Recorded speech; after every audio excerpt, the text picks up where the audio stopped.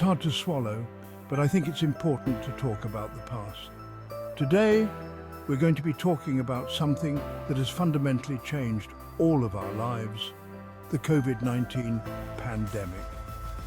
The truth is, we're living through one of those turning points right now.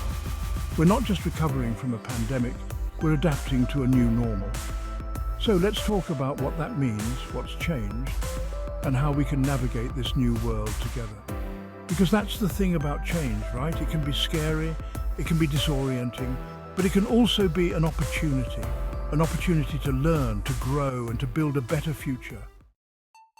Remember offices? Yeah, me too. It feels like a lifetime ago that we all piled onto buses and trains every morning clutching our lukewarm coffee. But seriously, the shift to remote work wasn't just a temporary fix during the pandemic, it was a seismic shift in how we work. And you know what? It's had some pretty significant consequences. For one thing, it forced companies to embrace digital tools like never before. Video conferencing, project management software, cloud collaboration. All of a sudden, these weren't just buzzwords, they were essential tools for keeping businesses running. But here's the thing, this digital transformation isn't just about convenience for companies. It's also about flexibility and opportunity for employees.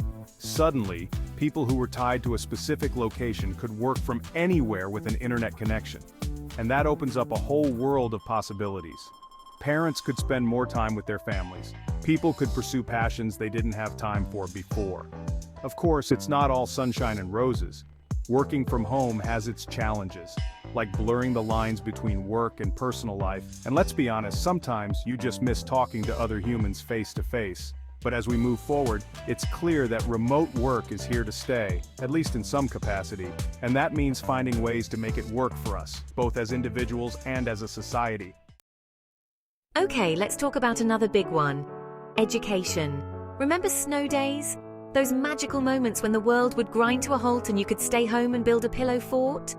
Well, the pandemic was kind of like a year-long snow day for education.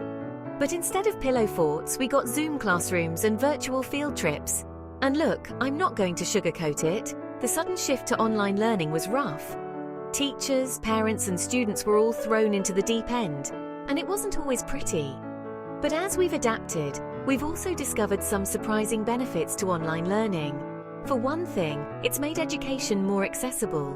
Students in rural areas or with disabilities who might have struggled to attend traditional schools now have access to a wider range of learning opportunities. Plus, online learning can be tailored to individual learning styles in a way that traditional classrooms often struggle to do. Of course, nothing can fully replace the social interaction and hands-on learning that happens in a physical classroom. But as we move forward, it's likely that education will embrace a hybrid model, blending the best of online and in-person learning. And honestly, that might not be a bad thing. Remember waiting rooms? Those germ-infested purgatories where you'd sit for hours flipping through outdated magazines and trying not to touch anything? Yeah, me neither.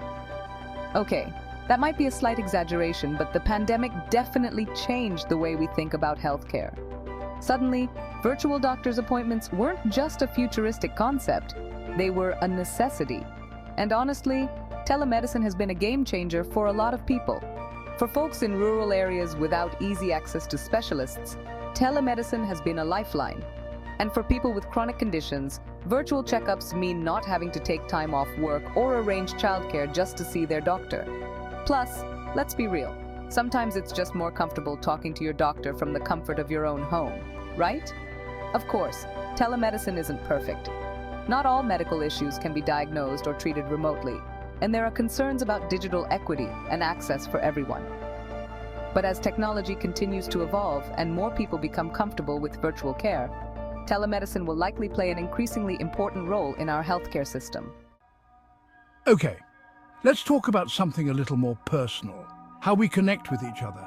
Remember hugs, handshakes, just like existing in the same physical space as another human being without fear of microscopic viral particles? Yeah, the pandemic really did a number on our social lives. But here's the thing about humans, we're social creatures.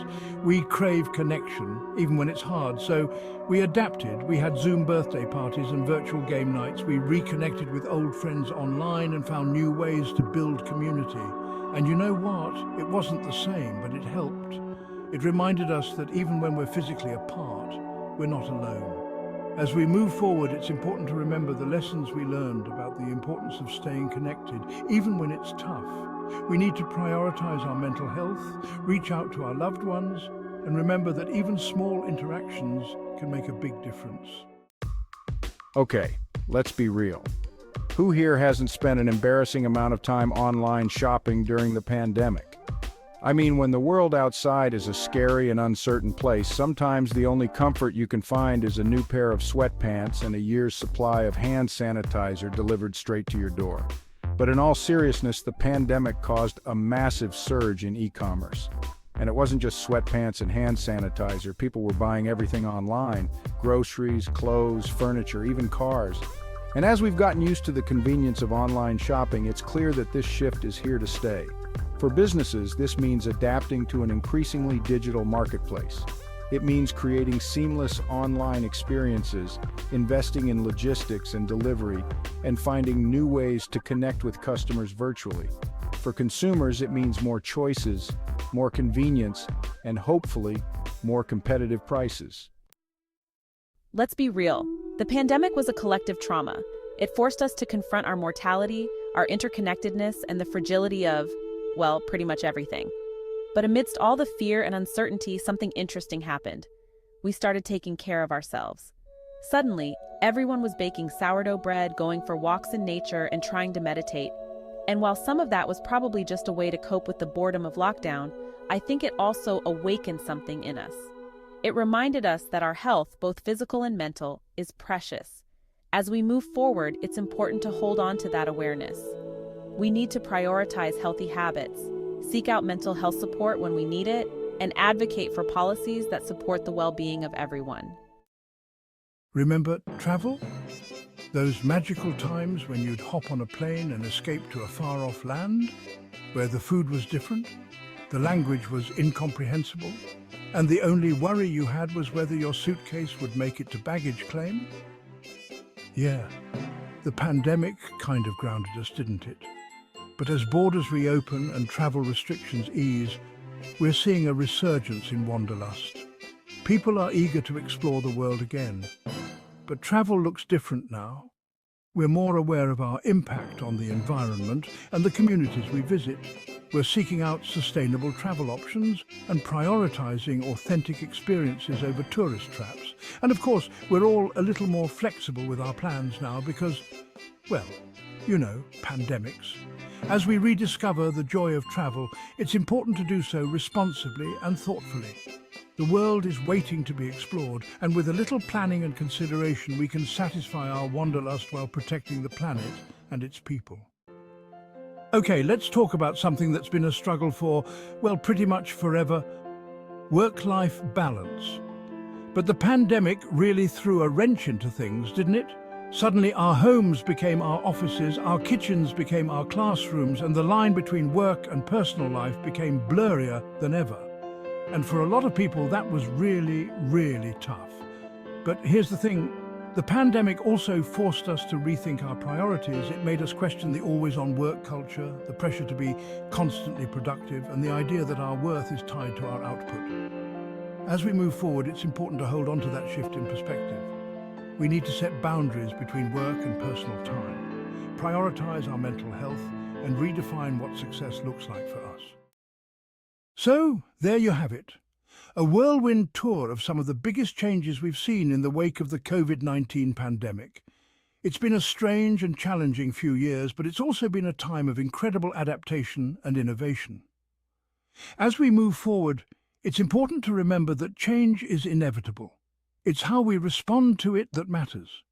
So let's embrace the opportunities that this new normal presents, while also acknowledging the challenges and working together to build a better, more resilient future. Thank you for watching.